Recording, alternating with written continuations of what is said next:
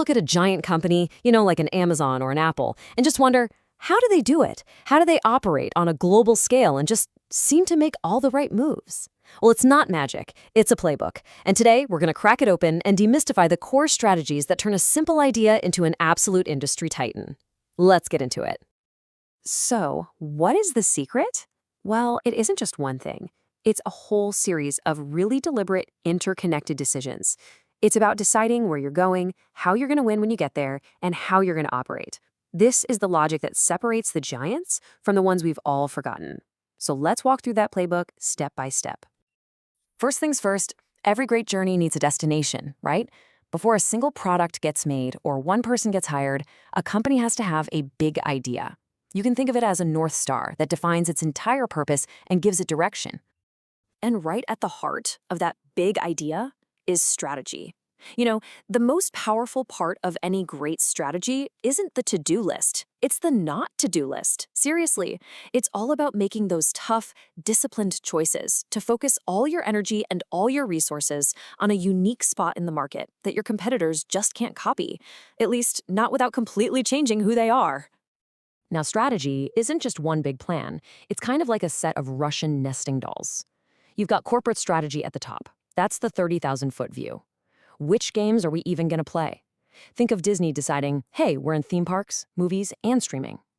Then you have business strategy. That's how each of those units, like Disney Plus, plans to win its specific game against rivals like Netflix. And finally, you get down to functional strategy. This is the ground game, how the marketing teams, the finance teams, the tech teams, how they all execute the plays. Every single level has to perfectly support the one above it. Amazon's vision statement? It is a perfect example of a powerful big idea. It's so clear and unbelievably ambitious. Notice it doesn't just say, we sell stuff. No, it defines their entire competitive angle. Infinite selection and an obsessive, almost fanatical focus on the customer. This one sentence acts as a filter for thousands of decisions, from creating one-click ordering to building out that massive, world-changing logistics network. Okay, so your destination is set. Now it's time to actually look at the map. This next chapter in the playbook is all about understanding the world around you and, just as critical, understanding your own capabilities within it. To map out the industry, Porter's 5 Forces is the classic tool. It really helps you get a handle on the power dynamics at play. So you ask yourself things like, how hard is it for new players to just show up and enter our market? How much leverage do our customers and suppliers really have over us? Could a totally different type of product just make ours obsolete?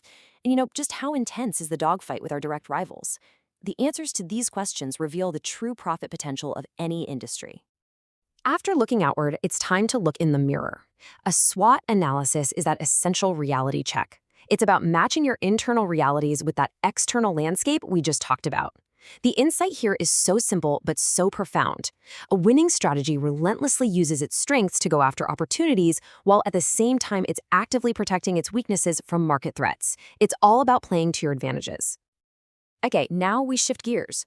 We're moving from the world of abstract strategy to the very concrete world of execution. This is where you design and build the operational machine that's going to actually create and deliver value to your customers, day in and day out. These 5 decisions you see here, they're basically the architectural blueprints for the entire business, and they lock in costs and capabilities for years. I mean, years. Getting them right means you've built a powerful, efficient engine. But getting them wrong, well, it's like building a race car with a lawnmower engine. Your brilliant strategy is never going to leave the starting line. Let's look at a really concrete example, layout. For a company like Toyota making cars, a product layout, the classic assembly line, is absolutely perfect. The car moves, and workers add parts in a sequence.